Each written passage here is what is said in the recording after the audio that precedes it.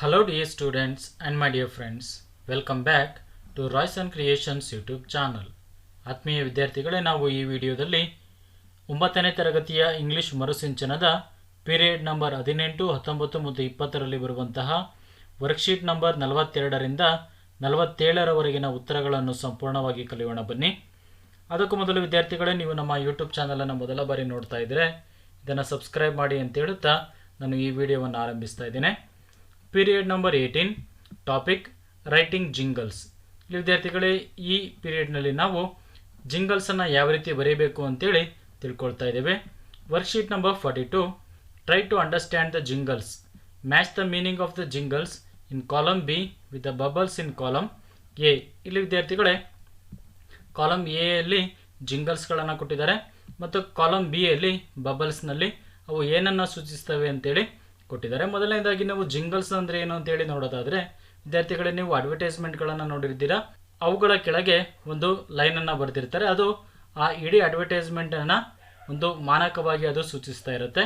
ಈ ರೀತಿಯ ಕೆಲವು ಜಿಂಗಲ್ಸ್ಗಳನ್ನು ವಿದ್ಯಾರ್ಥಿಗಳು ಇಲ್ಲಿ ಕೊಟ್ಟಿದ್ದಾರೆ. ಮೊದಲನೇದಾಗಿ have a break, have a KitKat. ಇದು ಕಿಟ್ ಕ್ಯಾಟ್ ಕಂಪನಿಯ ಅಡ್ವರ್ಟೈಸ್ಮೆಂಟಿನ ಜಿಂಗಲ್ ಆಗಿದೆ. Next second one, Boost is the secret of my energy. ಇದು ಬೂಸ್ಟ್ ಕಂಪನಿಯ ಜಿಂಗಲ್ ಆಗಿದೆ. Next fun fun of fun. ಇದು ವಿದ್ಯಾರ್ಥಿಗಳೇ ಚುಪಾ ಶಾಪಿನ ಅಡ್ವರ್ಟೈಸ್ಮೆಂಟಿನ ಜಿಂಗಲ್ ಆಗಿದೆ.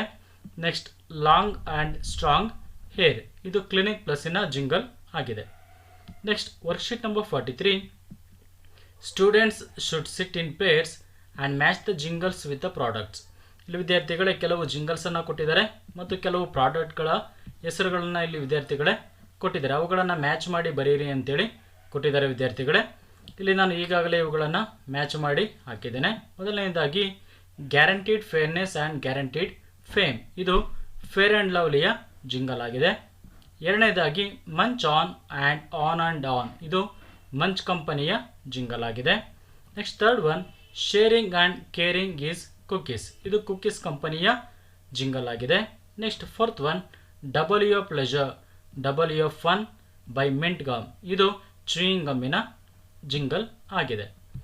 Next period number 19, topic writing personal experience. ಇಲ್ಲಿ ವಿದ್ಯಾರ್ಥಿಗಳೇ ಪರ್ಸನಲ್ ಎಕ್ಸ್ಪೀರಿಯನ್ಸನ್ನು ಯಾವ ರೀತಿ ಬರೀಬೇಕು ಅಂತೇಳಿ ನಿಮಗೆ ಈ ಪೀರಿಯಡ್ನಲ್ಲಿ ಕಲಿತೇವೆ. Worksheet number 44, read the given paragraph and guess what's the paragraph is about. ವಿದ್ಯಾರ್ಥಿಗಳಲ್ಲಿ ಕೊಟ್ಟಿರುವಂಥ ಪ್ಯಾರಾಗ್ರಾಫನ್ನು ಓದಿ ನಂತರ ಈ ಪ್ಯಾರಾಗ್ರಾಫ್ ಯಾವುದಕ್ಕೆ ಸಂಬಂಧಪಟ್ಟಿದೆ ಅಂತೇಳಿ ಬರೀರಿ ಅಂತೇಳಿ ಕೊಟ್ಟಿದ್ದಾರೆ. ವಿದ್ಯಾರ್ಥಿಗಳ ಈ ಪ್ಯಾರಾಗ್ರಾಫನ್ನು ಓದಿ ನಂತರ ಕೇಳಿರುವ ಪ್ರಶ್ನೆಗಳಿಗೆ ನಾವು ಉತ್ತರವನ್ನು ಬರೆಯೋಣ. What is the above paragraph about? The above paragraph is about writing a dairy.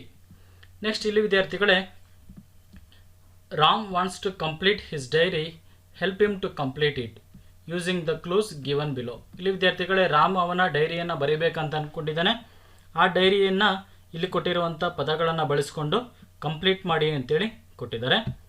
ಮೊದಲನೇದಾಗಿ I woke up at 6:30 AM in the morning.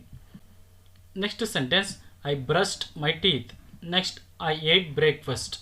I helped mother in cleaning the house. Next fifth one, I packed my bag.